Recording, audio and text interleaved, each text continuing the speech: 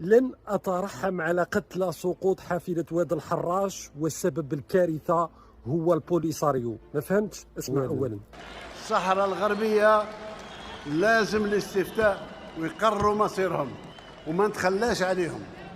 الحكومة الجزائرية منذ سنة 2010 بإلغاء ديون تفوق قيمتها الإجمالية 900 ومليوني دولار كانت مستحقة لدى 14 بلدا عضوا في الاتحاد الإفريقي، وهي البنين، بوركينا فاسو. الجزائر قررت تخصيص مليار دولار لتمويل مشاريع تنموية في عدد من الدول الأفريقية في مجالات البنية التحتية، الصحة، التعليم. استفاق الرئيس المعين تبون منسوباته بعد وقوع الكارثة هذه تاع واد الحراش، ووقوع حافلة بسبب طبيعة حال الطرقات وبسبب الوضع تاع الحافلة وغيرها، ليقول أنه الآن سيتم منع الحافلات هذه العتيقة اللي الناس منذ عشريات وهي تتكلم عليها.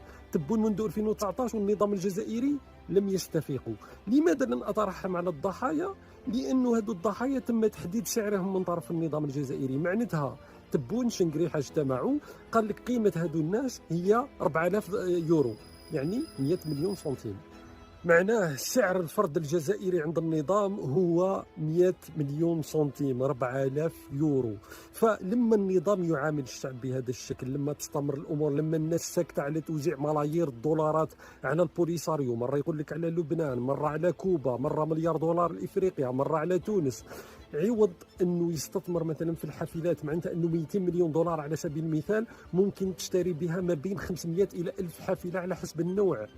يعني عوض انه النظام يستثمر في الفرد الجزائري ويستثمر في حياه الناس، يفضل انه يوزع ملايير الدولارات، انه يمسح ديون الدول الافريقيه من اجل دعم قضيه خاسره وفاشله اللي هي المساله هذه تاع ميليشيات البوليساريو، واللي هي حتى يستجدي ايضا دعم بعض الدول الافريقيه لموقفه او لدعم هذه الميليشيات او لنهب هذه الاموال في يعني في الحسابات البنكيه للمسؤولين الجزائريين.